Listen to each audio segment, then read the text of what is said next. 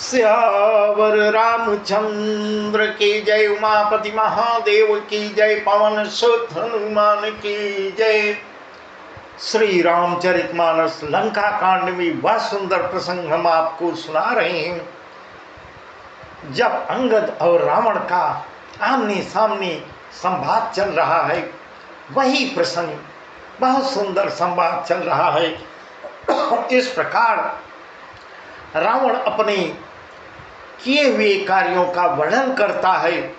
अंगद उसका बहुत मुंहतोड़ जवाब देते हैं। इस प्रकार अंगद कह रहे हैं, मैं तो दसन तोरि बेलायक, आयस मोहिन दीन रघुनायक। असी ऋषि होती दसों मुख तोर, लंका गही समुद्र मंगोर। गुलरी फल समान तव लंका, गुलरी फल समान तव लंका। बसों मध्य तुम जंतु शंका। मैं बानर फल का तुम बारा, आयसु दीन नराम उदारा। आयसु दीन नराम उदारा। इस प्रकार अंगद अब भी क्रोधित हो जाते हैं। हे दशानन, मैं तेरे दांत तोड़ने में समर्थ हूं, पर क्या करूं, मैं मजबूर हूं। मैं तो दसन तोर बे लायक, आयस महिल दीन रघुनायक। मैं मजबूर हूं, क्या करूं। श्री रघुनाथ जी ने मुझे आज्ञा नहीं दी है। ऐसा क्रोध आता है कि तेरे दसों मुख तोड़ डालूं, तेरी लंका को पकड़कर समुद्र में डुबा दूं। असुर से होत दसों मुख तोरो, लंका गई समुद्र महबोरो। तुम्हारी लंका को उखाड़ के समुद्र में डुबा दूं। गुलरी फल समान तव लंका, बसों मध्य तुम जंतु शंका। मैं बानर फल खातुन बारा, आयसु दीन नराम उदारा। आयसु दीन राम उदारा। तेरी लंका गुलर के फल के समान है। तुम सब कीड़े उसके भीतर अज्ञानवश निडर होकर बस रहे हो। गुलर के अंदर जैसे कीड़े मकोड़े रहते हैं, उसी प्रकार तुम लोग अज्ञानता में रह रहे हो। और मैं बंदर हूं, मुझे इस फल को खाते देर नहीं लगेगी, इसको खाने में कोई देर नहीं लगेगी। पर उदार कृपाल श्री रामचंद्र जी ने मुझे आज्ञा नहीं दी है, वैसी आज्ञा नहीं दिया है। जुगति सुनत रामन मुस्काई, जुगति सुनत रामन मुस्काई। मूढ़ सिखी कर बहुत झूठाई। जुगति सुनत रावण मुस्काई, मूढ़ सिखी कर बहुत झूठाई। बालिन कबहु काल यस मारा, नील तपसीनी तय भय सिलवारा।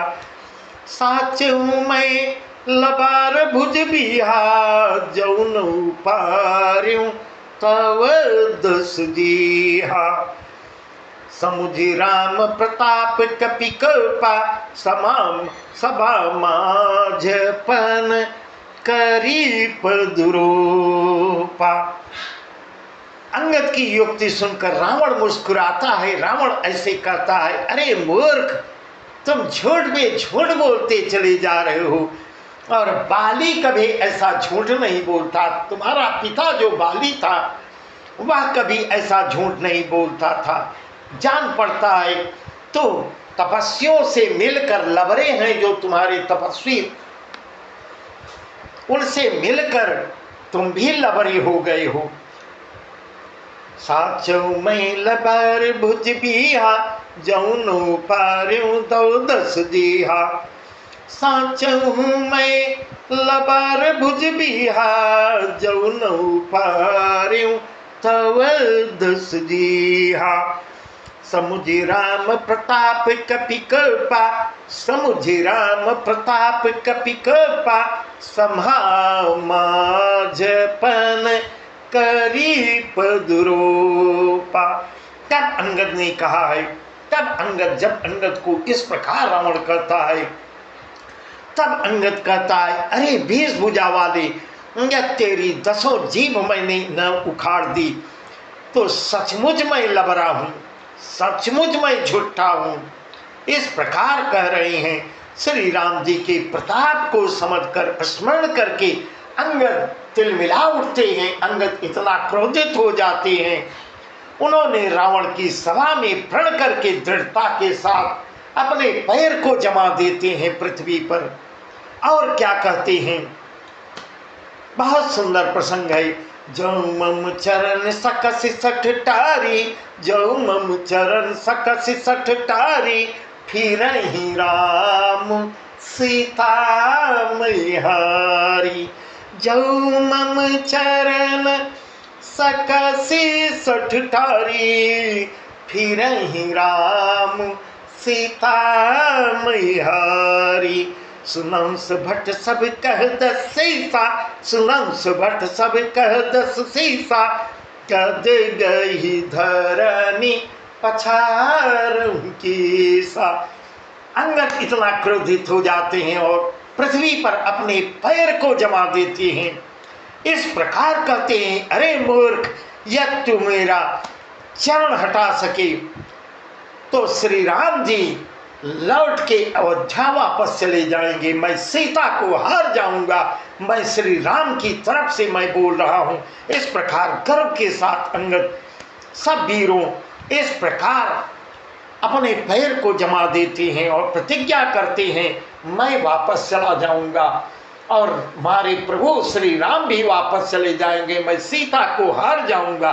जब मम चरण सकस सठ टारी, फिर ही राम सीता मैं हारी, मैं हार के चला जाऊंगा और भगवान मेरे प्रभु भी वापस चले जाएंगे, सीता को हार जाएंगे। इस प्रकार ऐसी प्रतिज्ञा करके अंगद अपने पैर को पृथ्वी पर जमा देते हैं। तब रावण कहता है, सुनो सुभट सब कह दस सीसा, पद गई धरन पछारहु कीसा। इंद्रजीत आदिक बलवाना, हर्ष उठे जहाँ तहाँ भट नाना। इंद्रजीत आदिक बलवाना, हर्ष उठे जहाँ तहाँ भट नाना। जब टई कर बल विपुल पाई, पद न टरही पैठही सिरुनाई। जब रावण कहता है, अरे मूर्ख, यदि तू मेरा चरण, इस प्रकार रावण को जब रावण से कहते हैं, तब रावण कहता है, सब वीरों सुनो, पैर पकड़कर बंदर को पृथ्वी पर पछाड़ दो। इतना रावण की आज्ञा पाकर इंद्रजीत आदिक बलवाना, हर्ष उठे जहता बटनाना। झपटहि कर बल विपुल उपाई, पद न टरहि बैठे सिरुनाई।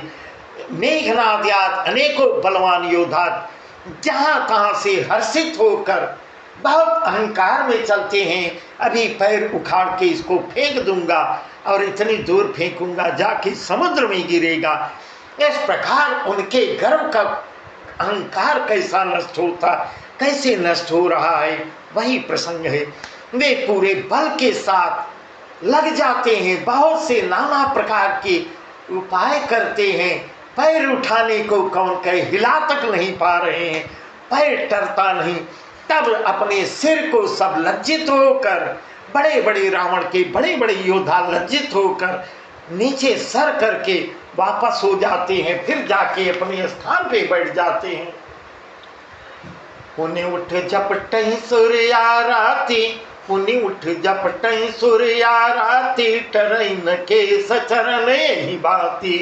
पुरुष कुजोगी जिमि उर्गारी, मोह बिटप नहीं सकहीं उपारी।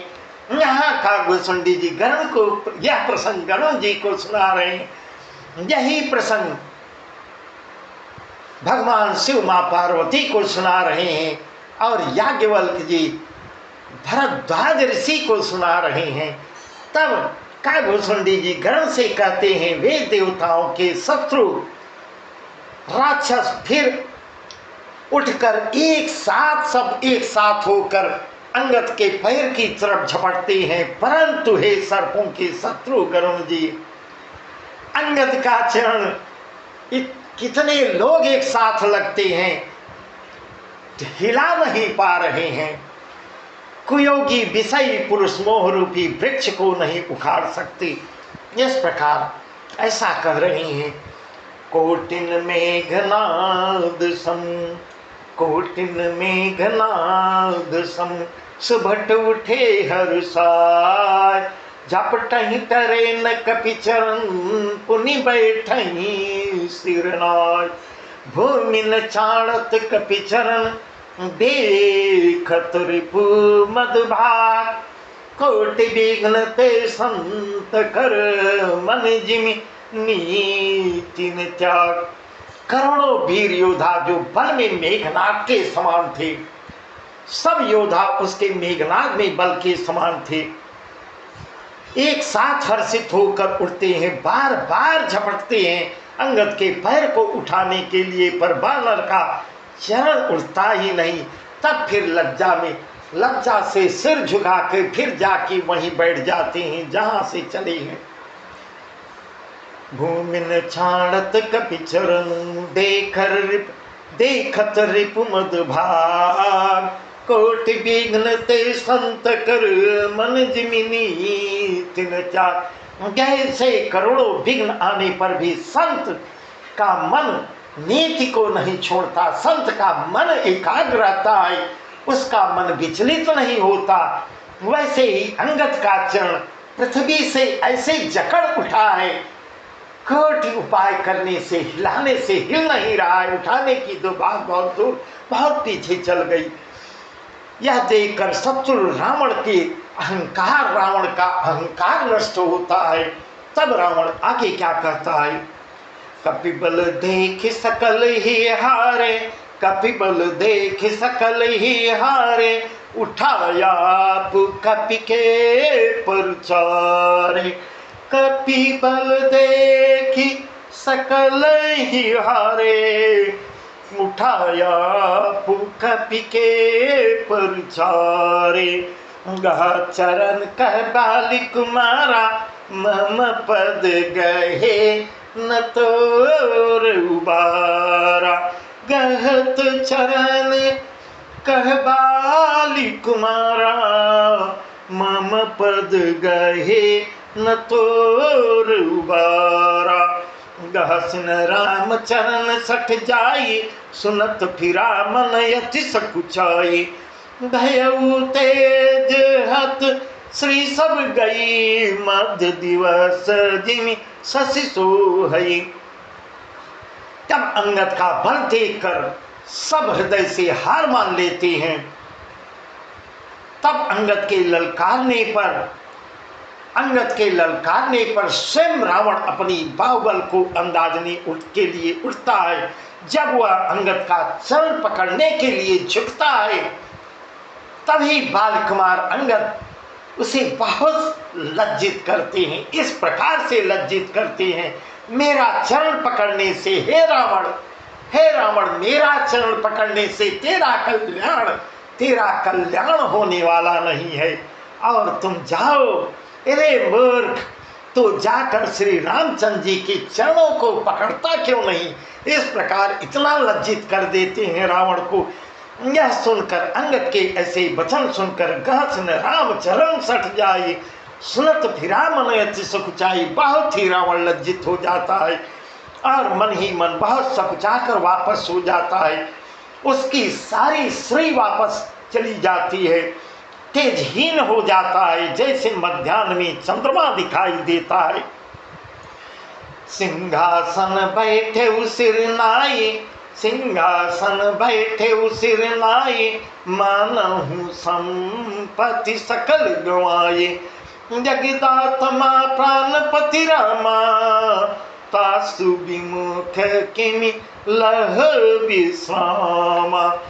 माँ राम की भृगुट बिलासा उमा राम के भृगुट बिलासा होई बेश पुनि पावई नासा तृण ते कुलिस तृण करई तासुदूत पन कहू की मितरई।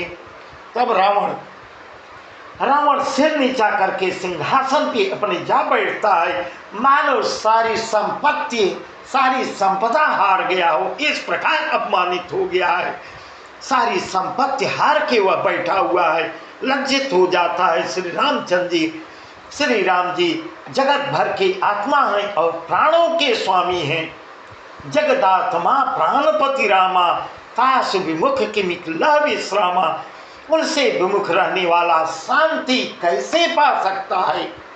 श्री राम से विमुख होकर शांति कैसे प्राप्त कर सकता है? यहाँ भगवान शिव माँ पार्वती से कह रहे हैं, हे उमा, उमा राम के भृगुट बिलासा, उमा राम के भृगुट बिलासा, होई बेश पुनि पावई नासा।